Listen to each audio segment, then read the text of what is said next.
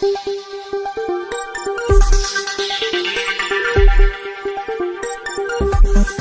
का सुरुवात करायची का? कार बंद करा माणसं. ठीक आहे.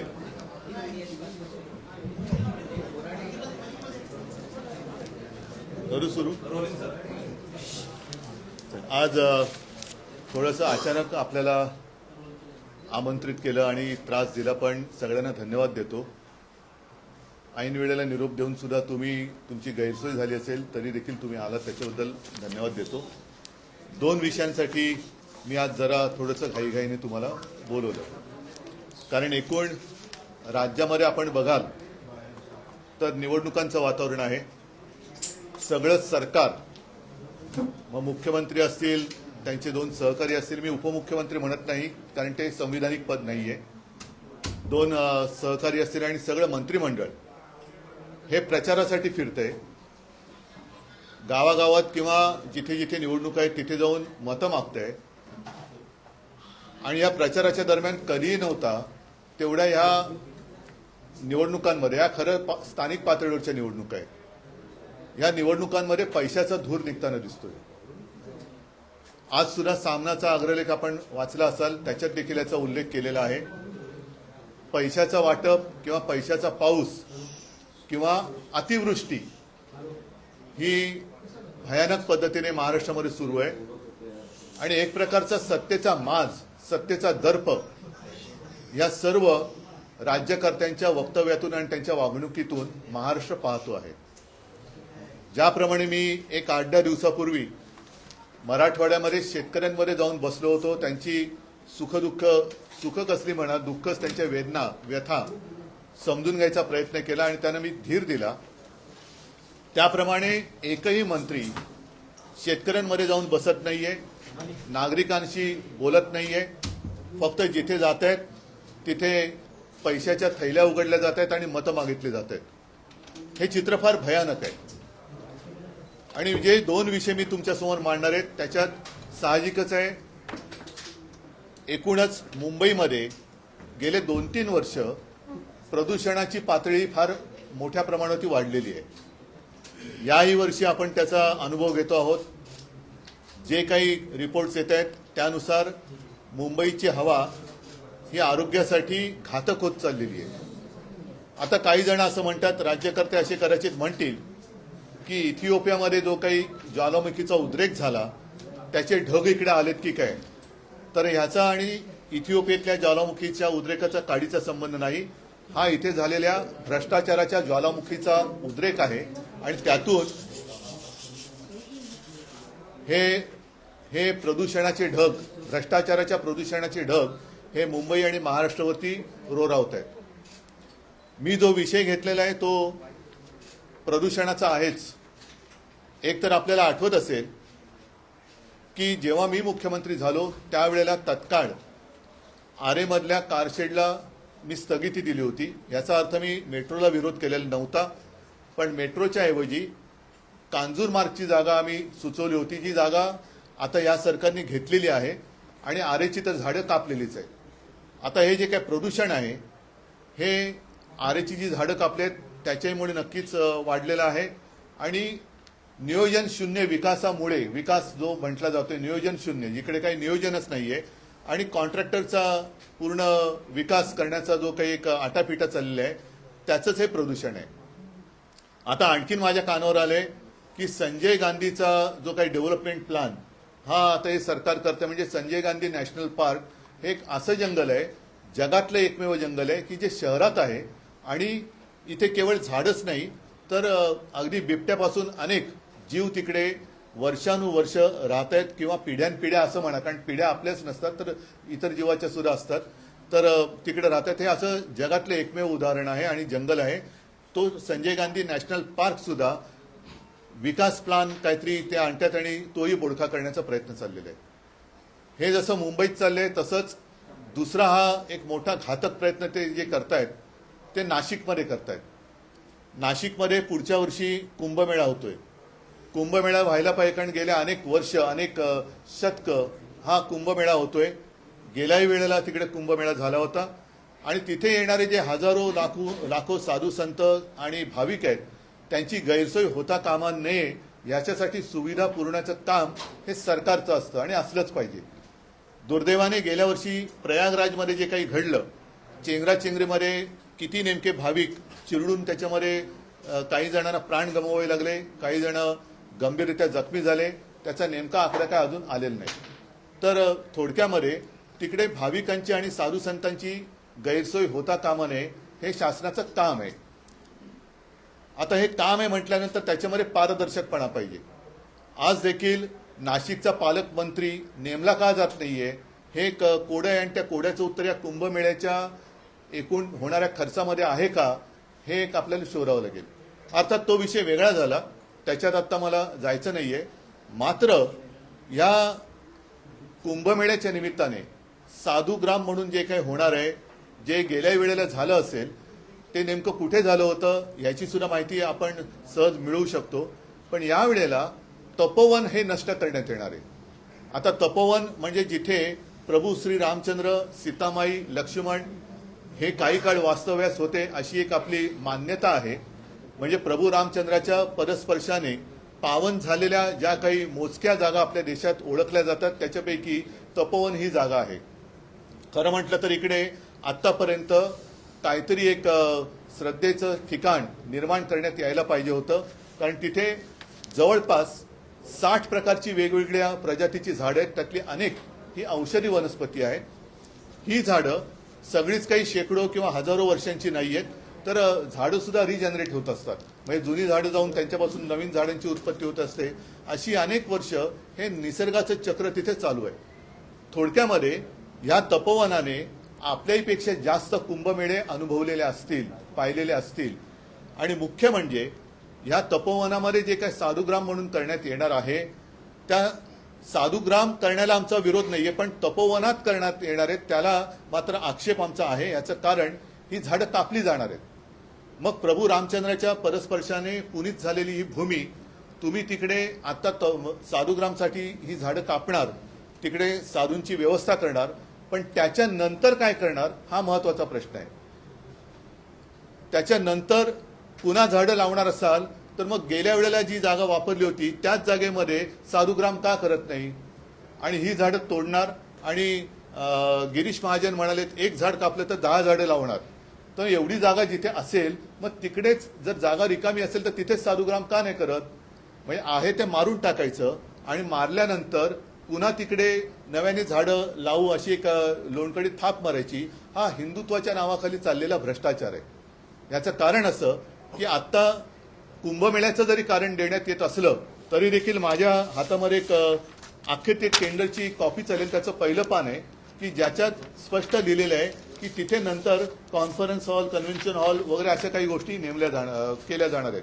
म्हणजे हे सुद्धा कॉन्ट्रॅक्टरसाठी ही झाडं कापली जात आहेत आणि त्याला कोणी आक्षेप घेऊ नये म्हणून कुंभमेळ्याचं कारण दिलं जाते. याचा अर्थ असा की भाजपचं हिंदुत्व हे थोतांड आहे.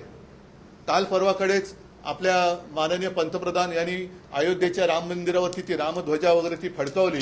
म्हणजे तिकडे जाऊन रामराम करायचं आणि नाशिकमध्ये मुंह में राम आणि बगल में अदानी असं यांचं काम आहे की काय. कारण काही म्हणी आपल्याला बदलल्या पाहिजेत. मुंह में रामावर बगल में छुरी असं जे काय म्हणत होतो, आता रामाच्या नावाने ही जागा अदानी हा एक शब्द झालाय कॉन्ट्रॅक्टरचं प्रतीक म्हणून. मग ही जागा उद्या कॉन्ट्रॅक्टरच्या घशात घालण्यासाठी आत्ता कुंभमेळ्याचं कारण पुढे करून तुम्ही तिथली झाडं कापताय किंवा नष्ट करताय हा सरळ तिथल्या जनतेचा आरोप आहे आणि त्याच्याशी मी सहमत आहे. तिथल्या जनतेचं कोणी ऐकत नाहीये. मी सुरुवात करताना जे बोललो की मंत्री नुसते घराघरा फिरतायत, हे घरदार सोडून फिरतायत, घरोदारी फिरतायत, पण ज्यांचं ऐकायला पाहिजे म्हणजे हे ना धड शेतकऱ्यांचं ऐकत आहेत ना शहरातल्या नागरिकांचं ऐकत आहेत. वारे माप नुसता पैसा उधळला जातोय. हा पैसा येतो कुठून ह्याचं उत्तर कोणाकडेच नाहीये. ते दिसतंय सगळ्यांना. अगदी काल परवाकडेच त्यांच्या मित्रपक्षांमध्येच आता ही साठमारी सुरू झालेली आहे. एकमेकावरती धाडी टाकून उघड पैसे दाखवले जात आहेत तरी सुद्धा सगळे चिडीचूप आहेत. तर हे भाजपचं थोतांड आहे आणि म्हणून मुंह में राम आणि बगल में अदानी असं यांचं भाजपचं हे हिंदुत्व आहे. ज्या मुंह में राम आणि बगल में अदानी ह्या हिंदुत्वाला आम्ही तरी मान्यता देऊ शकत नाही. तर हे हाणून पाडलं गेलं पाहिजे. नाशिकच्या जनतेसोबत मी तर म्हणेन केवळ हा आता मी मुंबईत का विषय घेतोय, नाशिकमध्ये होत आहे, माझं काय जातंय, नाही, मुंबईने भोगलंय, नाशिकची वेळ आता दुसरी आहे, असं सगळीकडे होत जाणार आहे. त्याच्यामुळे हा केवळ एका शहराचा विषय नसून हा संपूर्ण राज्याचा विषय आहे. तिथे सर्व निसर्गप्रेमीच नव्हे तर आपल्याला पुढे श्वास घ्यायला कसा त्रास होणार आहे याची जाणीव ज्यांना झाले त्यांनी सगळ्यांनी याला विरोध केला पाहिजे. परत एकदा सांगतो, आमचा विरोध हा कुंभमेळ्याला नाही, साधुग्रामला नाही, मात्र त्यासाठी जी हजारो झाडांची कत्तल हा शब्द मी वापरतोय, कत्तल करून सरकार आपल्या पदरी पुण्य पाडून घेण्याचा एक केविलवाणा प्रयत्न करण्याचा देखावा निर्माण करते, त्याला आमचा विरोध आहे. हा एक मिनिट, हा एक विषय झाला, हा एक विषय फार महत्वाचा आहे. आणि दुसरा विषय हा राज्यसभेचा आहे, संसदेचा. आता त्याच्यामध्ये एक ती नोटीस आलेली आहे की त्यांनी नोटीस नाही, त्यांनी काय अधिसूचना ना काय म्हणायचं त्याला, हा म्हणजे त्याला काय म्हणायचं अधिसूचना त्यांनी जारी केलेली आहे. आणि त्यानुसार यापुढे प्रोसिडिंग्स मध्ये हाऊसमध्ये त्यांनी म्हटलेले की there should be no thank you, जय हिंद किंवा वंदे मातरम. म्हणजे हे तर अनाकलनीय आहे. आजपर्यंत आम्ही भाजपच्या जे काही सोबत होतो तो भाजप इस देश में रहना होगा तो वंदे मातरम कहना होगा असं ठणकावून सांगायचं. आता हे वंदे मातरम म्हणायचं नाही, मग हे ज्यांनी केले तो पाकिस्तानमध्ये जाणार का, त्याला पाकिस्तानमध्ये पाठवणार का, हे भाजपच्या किंवा भाजपने हे सांगावं की ह्याच्यामध्ये तुमचं हिंदुत्व किंवा राष्ट्रप्रेम आहे का. मी एका बाजूला मी यांच्या हिंदुत्वाचा बुरखा फाडलेला आहे आणि दुसऱ्या बाजूला यांच्या राष्ट्रप्रेमाचा बुरखा सुद्धा मी फाडलेला आहे, कारण तो त्यांनी स्वतःहून फाडलेला आहे, मी नाही फाडला. म्हणजे आपल्या सभागृहात वंदे मातरम म्हणायचं नाही. जे वंदे मातरम आपण राष्ट्रगीत त्याला 150 वर्ष झाली म्हणून आता नुकतंच आमच्या मोदीजींनी मोठं भाषण वगैरे कुठेतरी दिलं, त्या वंदे मातरमला म्हणजे ही काय मॅकलेची अवलाद ही भाजपमध्ये कुठून आली. वंदे मातरमला विरोध करणारी मॅकलेची अवलाद ही मोदींना विचारलं पाहिजे की अवलाद तुमच्यामध्येच आहे की जी वंदे मातरमला विरोध करते. त्याच्यामुळे आमचे सर्व संसद जे खासदार आहेत ते आमच्या लोकसभेच्या आणि राज्यसभेत तर आमच्यात 2 आहेत, एक संजय राऊत आहेत आणि प्रियांका चतुर्वेदी आहेत. मी आता 2 खासदार माझ्याकडे सभागृहात ठणठणीतपणाने वंदे मातरम बोलायचं, बघूया कोण आपल्याला बाहेर काढतं. शिवसेनेचे खासदार हे लोकसभेच्या आणि राज्यसभेच्या सभागृहात वंदे मातरम बोलणारच. आणि भाजपमध्ये हिंमत असेल तर आमच्या सदस्यांना त्यांनी निलंबित करून दाखवायचं. पण हा खेळ खंडोबा चाललेला आहे. म्हणजे लोकांना भावनिक एक भ्रम संभ्रम निर्माण करायचा, मतं मिळवायची आणि मतं मिळवल्यानंतर सगळं मारून टाकायचं. हिंदुत्वाचं सुद्धा नाटक आता तुमचं उघडं पडलंय, राष्ट्रप्रेमाचं नाटक उघडं पडलेलं आहे. आणि ह्याची उत्तरं या निवडणुका बाजूला ठेवून भाजपच्या वरिष्ठ नेत्यांनी, इथल्या चेल्या चपाट्यांनी नव्हे, इथल्या चेल्या चपाट्यांना त्यांना मी खिचगंटीत धरत नाही, कारण त्यांच्या शीर्षक आणि त्यांचा अध्यक्ष जाणून कोण ठरत नाहीये. जगातला सर्वात मोठा पक्ष की ज्याला बरेच वर्ष झाली अध्यक्ष बदलताना नामुष्की आलेली आहे, तर भाजपने याचं उत्तर दिलं पाहिजे. दोन्हीचं प्रभू रामचंद्रांच्या पदस्पर्शाने पुनीत झालेलं तपोवन तुम्ही कोणासाठी मारता आहात आणि आपल्या संसदेच्या सभागृहात वंदे मातरम का बोलायचं नाही याचं उत्तर आता भाजपने द्यावं. तत्वज्ञानाचा जो विषय आहे तिथे अत्यंत महत्वाचा विषय आहे. तिथे लोक पर्यावरणप्रेमी रस्त्यावरती उतरले, चिपको आंदोलन होत आहे, पण प्रक्रिया काही थांबलेली नाही. जे काही सुरू आहे तिथे काय म्हणजे पुढे केलं जाणार, आपल्यातर्फे काय केलं जाणार नाही. मला पहिल्याचं उत्तर पाहिजे. हे उत्तर मी एवढ्यासाठी बोलवलं की हे महाराष्ट्रातल्या कानाकोपऱ्यात कळू द्या की भाजपचा ढोंगीपणा काय आहे. नुसते पैसा फेको आणि मतं मिळवा, पैसा फेको तमाशा देखो, तसं पैसा फेकोवर वोट ले लो, हे जे काय त्यांचं चाललेलं आहे हा तमाशा तर खूप झाला. हे पैसे सुद्धा जनतेच्या खिशातले आहेत, पण ज्या गुरबीमध्ये हे वागतायत आणि वागताना ते वागतायत, पण वरती हिंदुत्व आणि राष्ट्रप्रेमाचं जे काही ढोंग करतायत हे ढोंग किती काय त्याला वेगळी आहे ते या 2 गोष्टीत मी दाखवलेलं आहे. मुंबई महानगरपालिकेच्या प्रदूषणासंदर्भात म्हटलं, न्यायालयानं प्रश्नचिन्ह उपस्थित केल्यानंतर मुंबई महानगरपालिका मी न्यायालयाबद्दल बोलण्यासारखं आता काय आहे का, न्यायालयाबद्दल बोलून काय उपयोग होतोय का, त्याच्यामुळे कृपा करून मला न्यायालयाबद्दल प्रश्न विचारू नका, बोलून काय उपयोग होत नाही.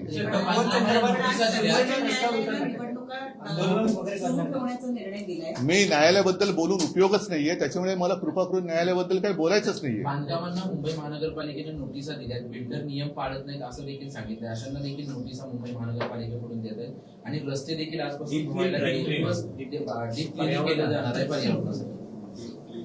पहिलं त्यांचा भ्रष्टाचार स्वच्छ करा. हे वरवरची मध्ये त्या दिल्लीमध्ये दाखवलं होतं ना, ते फवारे मारत बसले होते. म्हणजे पाणी सुद्धा वेस्ट, पाण्याचा सुद्धा अपव्यय आहेतच त्याच्यात. आणि झाडं मारून तुम्ही प्रदूषण करता, म्हणजे हा नियोजन शून्य विकास जो आहे तो पहिला थांबवला पाहिजे. कारण आतापर्यंत आपल्याला जे सांगितलं होतं, मी विकासाच्या विरोधात नक्कीच नाहीये, पण एक गोष्ट झाल्यानंतर एक गोष्ट सुधारेल. कुठे सुधारते? मेट्रोची बरीच कामं झालेली आहेत, तरी ट्रॅफिक कुठे कमी होतोय? ट्रॅफिक तसाच आहे. आम्ही जो कोस्टल रोड केला त्याचा फायदा किती होतोय, आणि हे जे काही विकासाच्या नावाखाली जे करतायत त्याचा फायदा किंवा किती उपयोग होतोय हे लोकांना कळते. सातबारी सुरू आहे आणि आताच्या सध्याच्या सुरू असलेल्या निवडणुकांमध्ये अनेक ठिकाणी महायुतीमध्येच एकमेकांच्या विरोधात पक्ष लढताना दिसून येतात. कल्याण नाही, मतांची बोली लावायची बाकी ठेवली आहे लोकांनी. म्हणजे तसंच झालंय की मतांचा तुम्ही लिलाव मांडल्यासारखं झालेलं आहे की हा एवढे पैसे देतो, हा एवढे पैसे देतो. ही कुठली लोकशाही आहे? म्हणजे मतांचा लिलाव आहे का हा? निलेश राणेंनी एक स्टिंग ऑपरेशन केलेलं. निलेश राणे यांनी एक स्टिंग ऑपरेशन केलेलं भाजप पदाधिकाऱ्याचं, त्याच्या घरामध्ये पैसे सापडलेले आहेत. हो, मग तेच मी बोलतोय ना की ही सगळी पैशाची गुरमी आता उघड झालेली आहे. मंत्री पैशाची उघडी बॅग ठेवून घरात बसतो, त्याच्यावरती काय कारवाई होत नाही. हे सगळे भ्रष्टाचार आता एवढे झालेले आहेत की हा भ्रष्टाचाराच्या ज्वालामुखीचा उद्रेक झालेला आहे. हे प्रदूषण त्याचं आहे. आणि तुमची भेट झालेली आहे काय? महापालिकेची स्ट्रॅटेजी. मी आज जो विषय बोललो तो महत्वाचा आहे, त्याच्यामुळे मला वाटते 2 विषय मी मांडले, त्याला आपल्या माध्यमातून जनतेपर्यंत आपण पोहोचवावं. भाजपच्या समजदार नेत्याकडनं मला त्याच्यावरती उत्तर अपेक्षित आहेत. कोणी आंडू पांडू बोलेल तर त्याला मी काय उत्तर वगैरे काय देणार नाही. शिवसेना म्हणून काय आवाज देणार? हो, मी आज तर बोललेलो आहे आणि आवश्यकता लागली तर आम्हाला रस्त्यावरती उतरावं लागेल. पण प्रत्येक वेळेला रस्त्यावरती उतरूनच जर का न्याय मिळणार असेल तर निवडणुका घेऊच नका, रस्त्यावरती उतरा आणि न्याय मिळवा असं एक तुमचं घोषवाक्य करा. नेशनल ग्रीन ट्रिब्यूनल जैसी भी संस्था है, वहाँ पर भी आवाज उठा सकते हैं. अच्छा, आप इसको इस तपोवन के विषय नहीं, कुछ फायदा होने वाला है क्या? आज तक नहीं उठाया गया. आरे की जो बात मैंने की, कई मतलब कितनी बार हमने कोशिश की, लेकिन ये मानने के लिए तैयार नहीं. क्या चल रहा है? सिर्फ कॉन्ट्रैक्टर के लिए सब पेड़ भी काटो, सब काटो. अच्छा, तपोवन की जो मैंने बात की उसका टेंडर ही कल निकला है म्यूनिसिपालिटी का. वहां कन्वेंशन हॉल और सारी चीजें बनाने वाले हैं. इसका मतलब यही है कि एक जो कहावत है मुंह में राम और बगल में छुरी, उसको थोड़ा बदली करना होगा. मुंह में राम और बगल में Adani. Finance minister Ajit Pawar openly अपने बयान दे रहे हैं कि मेरे पास फंड्स है, आप मुझे वोट दो, मैं आपको फंड दूंगा. वही तो मैं कह रहा हूं ना, अजीत पवार जो फाइनेंस मिनिस्टर है उनको उप मुख्यमंत्री में नहीं मानता, क्योंकि वो संवैधानिक पद है नहीं. अर्थमंत्री कहते हैं कि मेरे पास तिजोरी है. चंद्रकांत पाटिल कहते हैं कि तिजोरी वाला मालिक तो हमारे पास है. दूसरा दाढ़ी वाला, वो तो खुजाते बैठा है दाढ़ी अपनी, तो उसके हाथ में क्या है वही उसको पता नहीं चल रहा है. पैसे की इतनी मस्ती आज तक महाराष्ट्र ने कभी देखी नहीं थी. तो ये सब खेल चल रहा है और इन लोगों की जो व्यथा है वो समझने के लिए इनके पास समय नहीं है. प्रचार के लिए घूम रहे, हेलीकॉप्टर से घूम रहे, सब घूम रहे, वोट मांगने के लिए घूम रहे. लेकिन जिन्होंने वोट दिया है उनकी कुछ सुख तो है नहीं, दुख ही है, व्यथा है. उसके बारे में क्या है? मैं खुद जाकर आया, ये क्यों नहीं जा रहे? जैसे मैं जाकर किसानों में बैठा, इनमें से किसी की हिम्मत क्यों नहीं होती जाकर वहां बैठने की? महायुतीचे सर्व नेते प्रचारात असताना महाविकास आघाडीतले सर, महायुति के भीतर और भी चीजें सामने आ रही है. भारतीय जनता पार्टी और शिवसेना के एकनाथ शिंदे के गुट के नेता एक दूसरे के कुछ स्कैम्स एक्सपोज कर रहे हैं. संतोष बांगला ने 50 करोड़ लिए, उसके साथ मिले. क्या कार्रवाई कौन करेगा? कौन है? आरोप भी वही करते हैं और खुद ही क्या जजमेंट भी वही देते हैं. फिर कोर्ट का काम क्या है? बीजेपी के प्रदेश मुखिया कह रहे हैं कि 2 दिसंबर तक हमें युति कायम रखनी है, उसके बाद हम जवाब देंगे. क्या मतलब यूज एंड थ्रो. अभी वो थ्रो करेंगे तो कितने दूर तक जाएगा पता नहीं. संजय सिरसाट के ऊपर भी उपयोगिता खत्म हो गई है एकनाथ शिंदे की और अजित पवार की उपयोगिता खत्म हो गई है बीजेपी के। अभी वो मैं तो अनुभव नहीं ले रहा हूं, जिनके पास है उनको पूछो। लेकिन वो बातें बाद में। लेकिन आज जो मैंने दो मुद्दे उठाए, एक तो बीजेपी का झूठा हिंदुत्व और झूठी देशभक्ति। जैसे मैंने कहा तपोवन की बात तो मैंने कही, लेकिन जो पार्लियामेंट की अधिसूचना आई है कि अब संसद भवन में वंदे मातरम नहीं कह सकते, ये कौन सी बात है? किसका दिमाग है इसके पीछे? और एक समय तो ऐसा था कि ये बीजेपी वाले तो चिल्ला चिल्ला कर कहते थे कि इस देश में रहना होगा तो वंदे मातरम कहना होगा। तो मेरे सांसद तो वहां जाकर वंदे मातरम कहेंगे। अगर बीजेपी में हिम्मत है तो मेरे सांसदों को बाहर निकल कर दिखाइए, और अगर नहीं तो ये चीज जिसने की है वो कौन है उसको निकालो बाहर, भेजो ना उसको। उन्हीं की प्यारी भाषा कुछ होती है ना कि उनको भेजो पाकिस्तान ना। अभी फिर तो ये बीजेपी का दोहरापन है। और मराठी में तर बोलतात ना ढोंगीपणा है यांचं। इनका ना ही ये हिंदू है ना ही ये देशप्रेमी है। चलो, धन्यवाद। कॉर्पोरेशन में शिवसेना नहीं ठीक है, कांग्रेस की चलो बाद में इसके ऊपर करेंगे। दो विषय महत्वपूर्ण है और फिर से एक बार सब लोगों को मैं धन्यवाद देता हूँ, जानकारी देना चाहता था।